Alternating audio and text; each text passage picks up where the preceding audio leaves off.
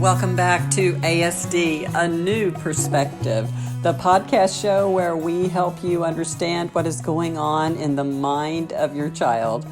And we encourage you that growth for your child is possible. I'm Kat Lee, and in this week's podcast, Dr. Gutstein has part 2 of Managing a Dynamic World. Let's listen in. And so what do we understand about people with autism, right? We understand that as long as they can manage a situation, this is what research shows us, as a static situation, even if it's complicated. Complicated is different than complex. Complicated just means that there may be more procedures, longer sequence, it may be more conditionality. So think about a flow chart where you go to this, you've completed this action. Now it says in the flow chart, if it's over 30 degrees, do this. If it's under 30 degrees, do this. If it's over 80, whatever. If it's Tuesday, do this. You get these conditions, and then you choose, you look at the conditions and you choose the right answer, right? It's still static, isn't it? That flow chart's not going to change. Unless it's wrong, then it will change to be right, and then it will stay the same, right? And so when things get more complex, there are more variables. They're not variables, there are more elements, but those elements do not impact one another. There's conditionality, maybe more abstract, conceptual, right?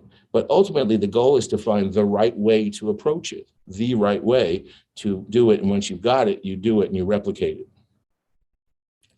right? You can see that's what I mean by complicated. So we use those terms, complicated and complex, in very different ways.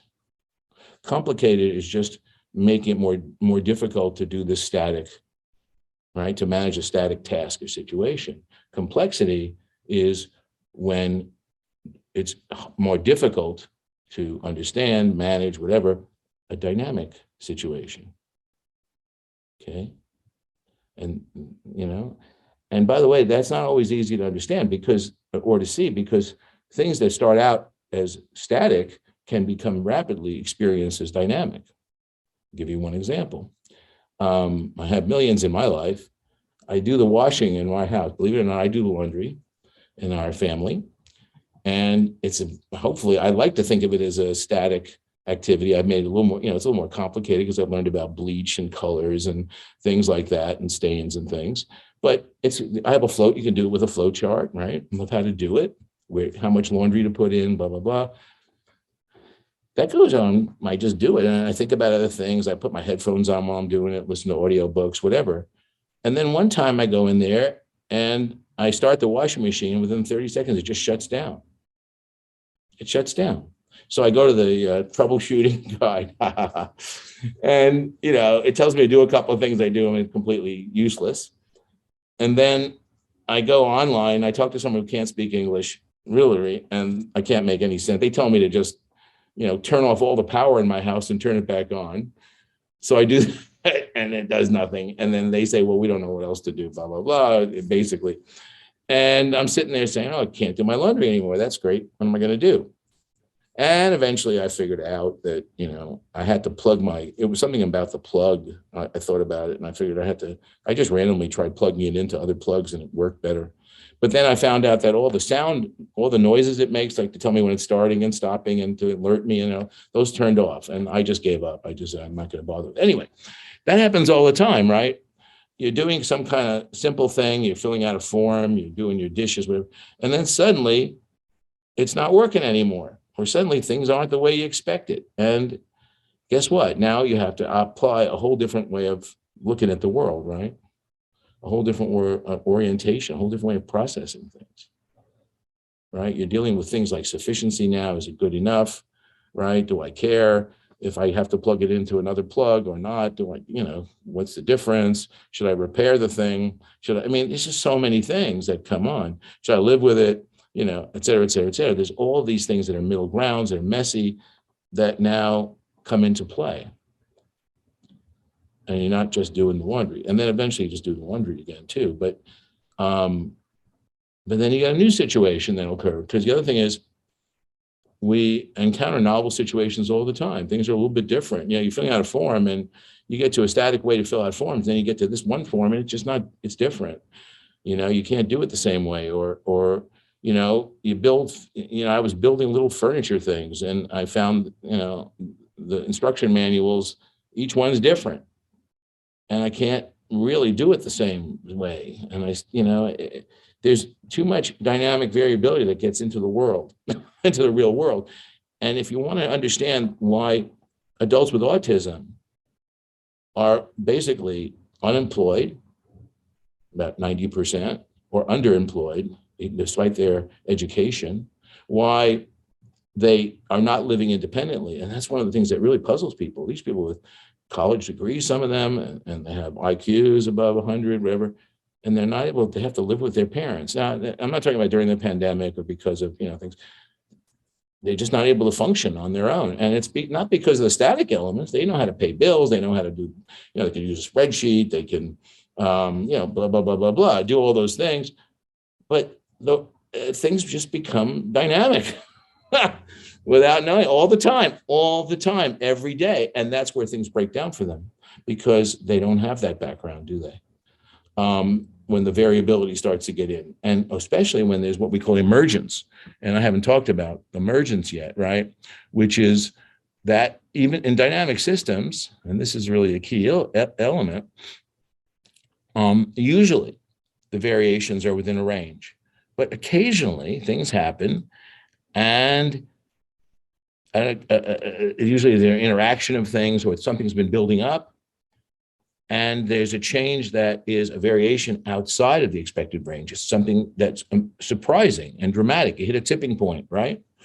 Somebody's getting, right? You reach a tipping point and suddenly there's a dramatic change, right? And we call it a volatile change, right? And the concept they use, the term they use is called emergence. Something emerges that you can't necessarily predict. So those are the real surprises, right? You've been going around doing it the same way every time, and suddenly it doesn't work anymore, and you don't know why, right? Or suddenly just, I know Bennett talked about the stock market crash in 1929, people were going on, and then suddenly it reached a point. There are a lot of hidden variables that you're not aware of, and then suddenly things crash, things fall apart. It can be positive as well as negative, by the way. It's not always a negative thing, right? And so you have to learn to deal with emergence too, surprises, and recognize that, but you got to start with variability first. And then at some point, with an infant, young child, you introduce more sudden changes. And you introduce them first in an unexpected way and in a positive way, right? Before you do it in a negative way, possible. And they laugh and they think it's hilarious, And what we find is that even as early as 12 months, infants are interested in emergent changes, what we call incongruities, unexpected things that sort of defy the laws that they've been working from. And they're not frightened by them anymore, because we don't hopefully we protect them from ones like that would be loss and death and things like that would be frightening. And they're curious about them. They're curious about things that don't make sense to them, that don't fit what they've done before, those types of mental challenges. They become more interested and spend more time attending to those things. They don't avoid them anymore. So unlike novelty, they get interested in emergence. So the other thing about dynamic things is that they have that potential for emergence. And again, what we learn is that surprising things, can be fun, can be great, can be awful, but even when they're unexpectedly negative, we can do something we call sense making. We get very motivated to try to figure them out, because we may not get the causes of it, but we can look at some of the variables, some of the factors that may have led up to that. So why is it that I got frustrated, I held it in, it gets to a point I got to start screaming at people, right? I better figure out what that's about, right? If I'm going to live in the world with other people. And you start looking at triggers, you can't figure out total causality, but you start looking at things you can do.